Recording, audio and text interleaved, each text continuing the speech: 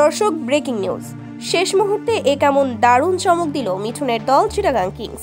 সবাইকে চমকে দিয়ে দলে ফেরালো লঙ্কান খেলোয়াড় কুশাল মেন্ডিসকে। দর্শক, খবরের বিস্তারিত জানুন পুরো প্রতিবেদনে। এবারের 11তম বিপিএল আসরে 9 ম্যাচ খেলে 5টি ম্যাচ জিতে পয়েন্টস টেবিলে 10 পয়েন্ট নিয়ে তৃতীয় স্থানে অবস্থান করছে চিটাগং।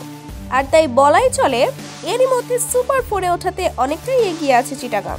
তার কারণ, আর বাকি মাত্র 5টি ম্যাচের মধ্যে 1টি বা 2টি ম্যাচ জিততে পারলেই সরাসরি সেমিফাইনালে খেলবে তারা। আর তাই এবার ফাইনালে উঠতেই এরই মাঝে বিশাল বড় এক চমক দিল চিটাগং।